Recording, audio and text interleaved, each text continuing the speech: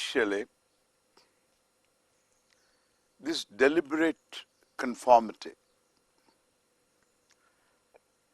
to dharma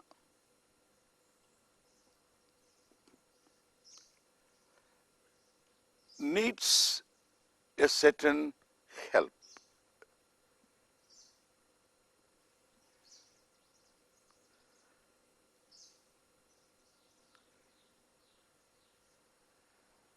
The help is from myself. I should tap a source of help from my own effort.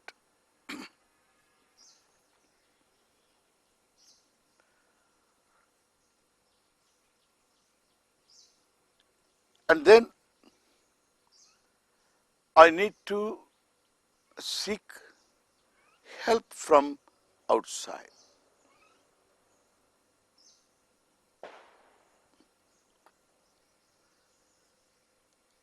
The pressure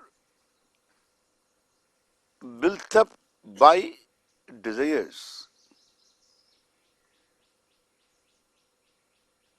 is due to low self-esteem.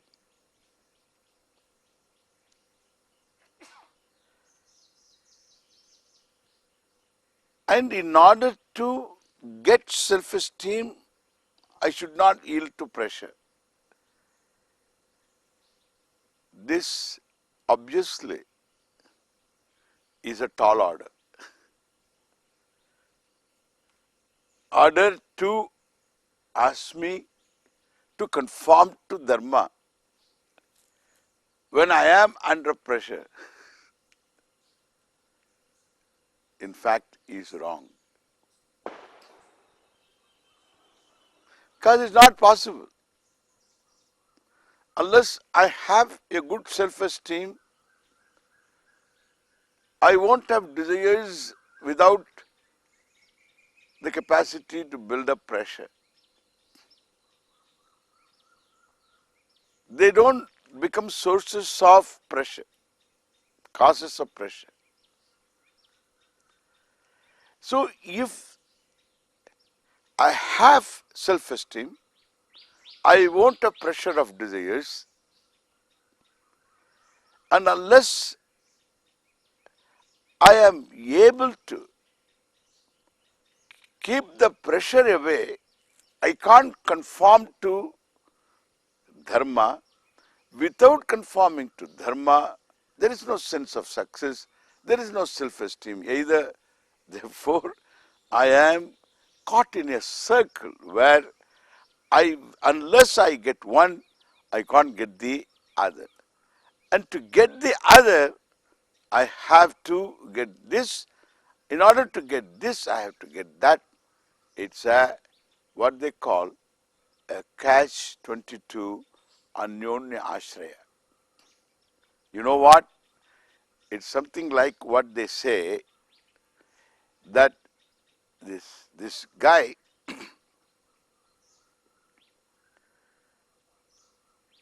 is not mentally well, and he is told by somebody, a wise man, and who is a local Vaidya, you get him married, he will be okay. Unless he gets married, he won't get okay. Unless he is okay, he cannot get married. This is what we say mutual dependence. One is, the other is possible, the other is possible, this one will be possible. This is called mutual dependence. My self-esteem is tied up with sense of success, and in order to have self-esteem, I must have sense of success, and unless I have sense of success, no self-esteem, unless I have self-esteem, no sense of success. Now both these are tied up with my conformity to dharma, which is not possible under the pressure released by desires. What shall I do? What will you generally do? When it is not possible for you to help yourself, what do you generally do? Do the same thing. Suppose one has a headache, one buys some aspirin like Saridon or whatever that's available in the market. One buys over the counter, you get it. This is called self-help, self-medication. And one finds oneself the headache persisting, then one more dose of Saridon or whatever aspirin,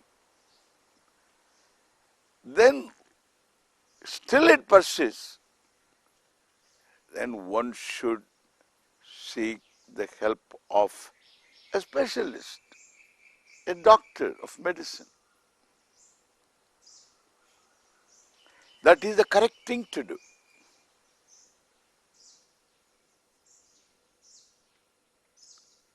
Similarly, if one cannot help oneself, one should seek help. One help is outside help.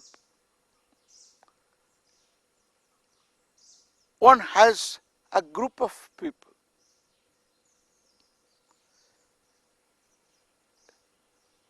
This is called group support. And all of them are of the same commitment. All want to grow. Grow spiritually. All want to have a sense of success. That is spiritual growth.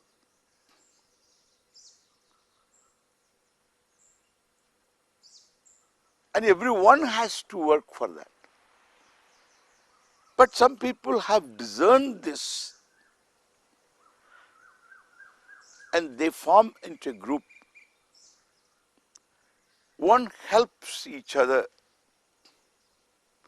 This is what we say is satsang or group support. Outside support. There is another support which is inside support, Atma Balam.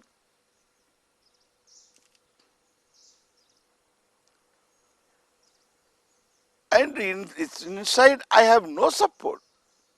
I am weak.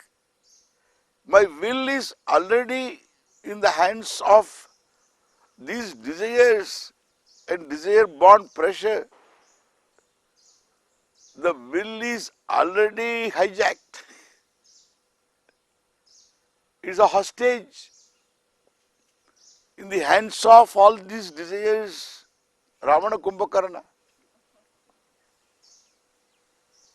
Sita will is gone.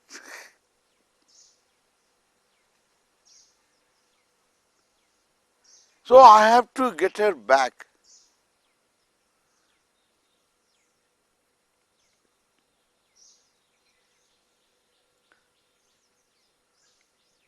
Even Rama sought the support of Sugriva, Hanuman, all other Vanaras and Vibhishana. External support and internal support also.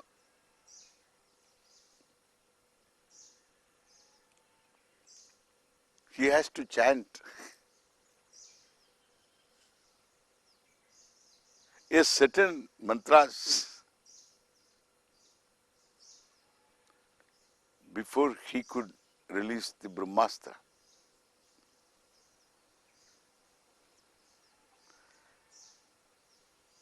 it teaches something.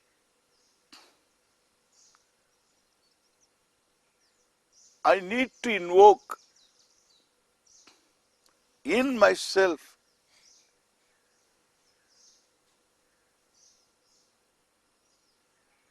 the possible grace available. Grace doesn't come from outside. Grace is something like underground water. It is there. You are on the top of it. Sometimes water is there just down below, 1 or 2 feet. You dig up, there is water. Like in a river bed. In summer, you dig up, remove the sand, there is water.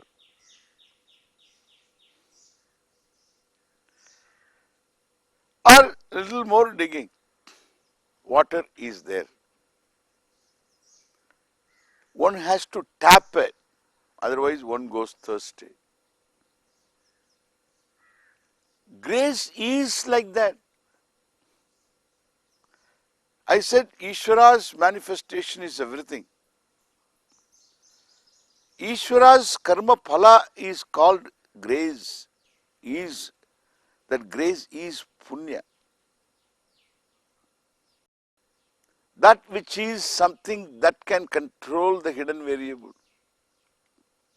That can give me inner strength. That can help me overcome the pressure. I have a support.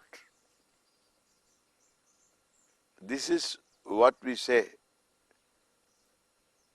the result of prayer.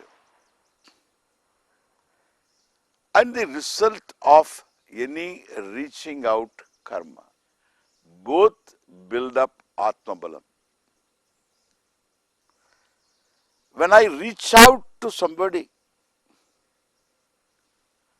and do certain act of charity, it's not charity really speaking. Somebody is in need and I fulfill that need. Because I am in a position to fulfill that need. If I am not in a position, I at least pray for that person. To the extent that I can, I always do. So this is reaching out. That when you do this, you are not helping anybody really, you are helping yourself. This is Atma Balam. India is a country of this emphasis, this value, which is highly emphasized. There is no voluntary charity. In no country there is more individual voluntary charity than in this country. Organized charity may not be as much. Corporate charity is yet to come. I wish it comes except a few corporations. But individual charity, in India's culture it is there already. Vapi Kupa Tadakadi. Devatayatananicha Annapradhanam Aramascha Purtam Ityabidhiyate. This is called Purta Karma. Purta Karma means an action to fulfill the needs of the community, needs of the country, further needs of the humanity, the needs of plants and trees, the needs of birds and other animals. So this is called Purta Karma. Simple. Like harvesting water. Help to store water, vapi.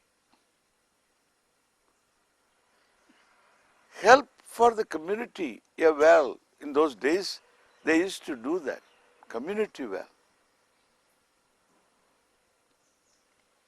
Kupa. A pond for the cattle.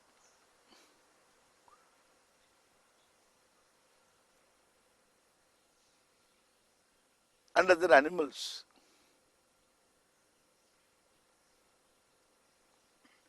A place of common prayer, worship. Devatayatanam.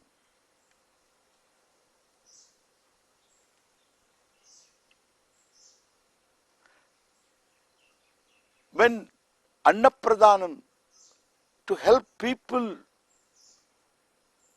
to generate wealth, take care of themselves, or at the time of need, you provide for food in different forms. Annapradhanam. In those days, Aramaha, the wayfarers were given places of rest. No hotels at that time. Even today, in many places, you require that Arama. Chaul trees and so on. This is called Purta Karma. We think that we are doing something that is patronizing attitude.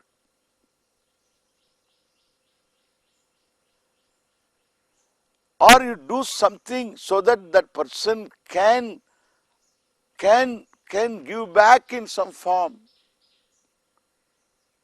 You can make the person guilty, grateful, and getting as a result of that something else. That's not charity. That doesn't help you grow yourself.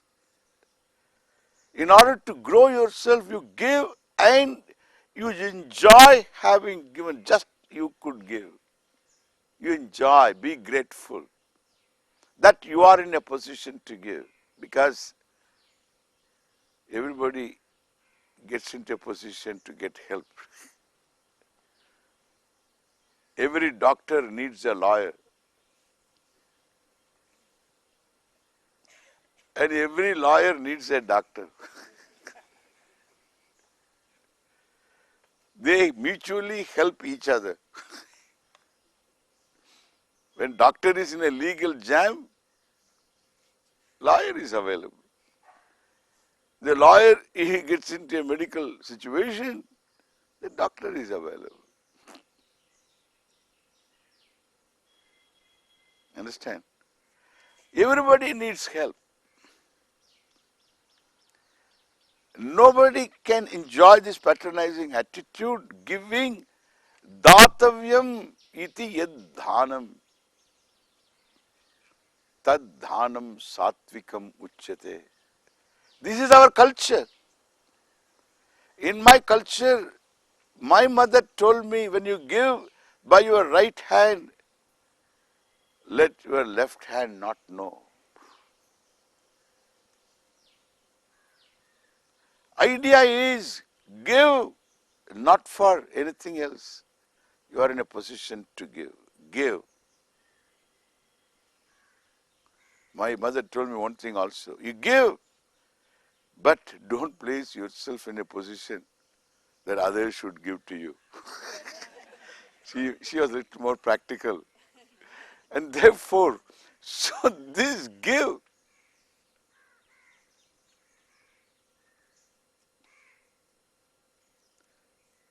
It has to be given and therefore given. I am in a position to give, because I may get into a position to be given later in different spheres.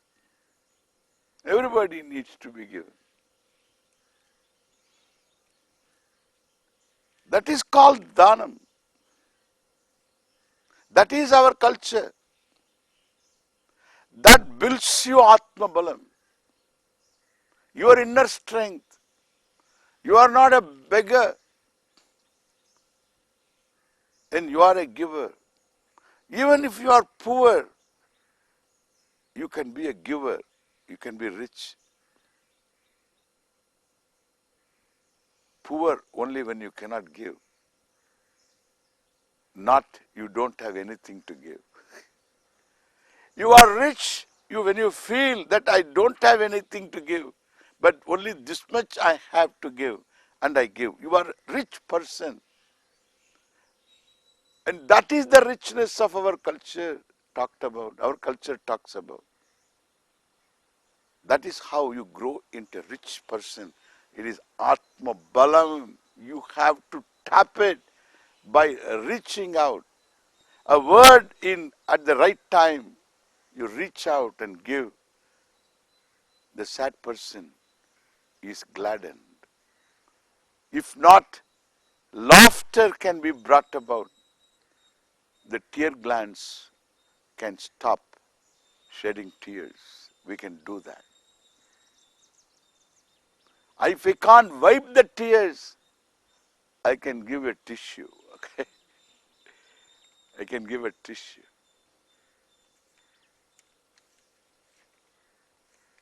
It's important. We learn this. To give so that you are rich.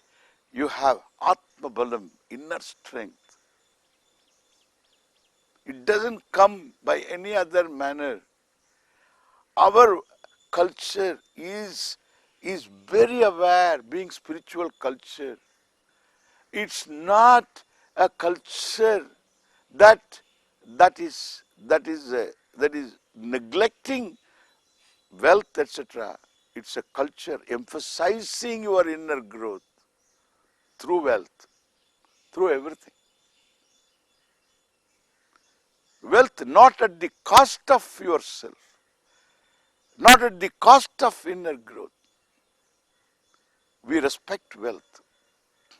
In our culture, wealth is Lakshmi, like knowledge is Saraswati. And therefore, that giving is to tap my own inner strength, which will reduce the power of desire to go against dharma, correct? When I gather this kind of strength, inner strength, the desires lose their teeth to hold me. They don't have the power to take me for a ride. I am on the driver's seat still because I have a free will, if not a free wheel, okay? Everybody doesn't have a car, but everybody has a free will, all right.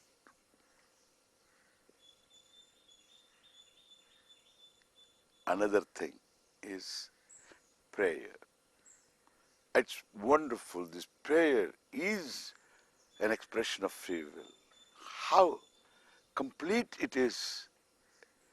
The free will's expression, there is completeness in prayer. We will see next time when we meet. Thank you.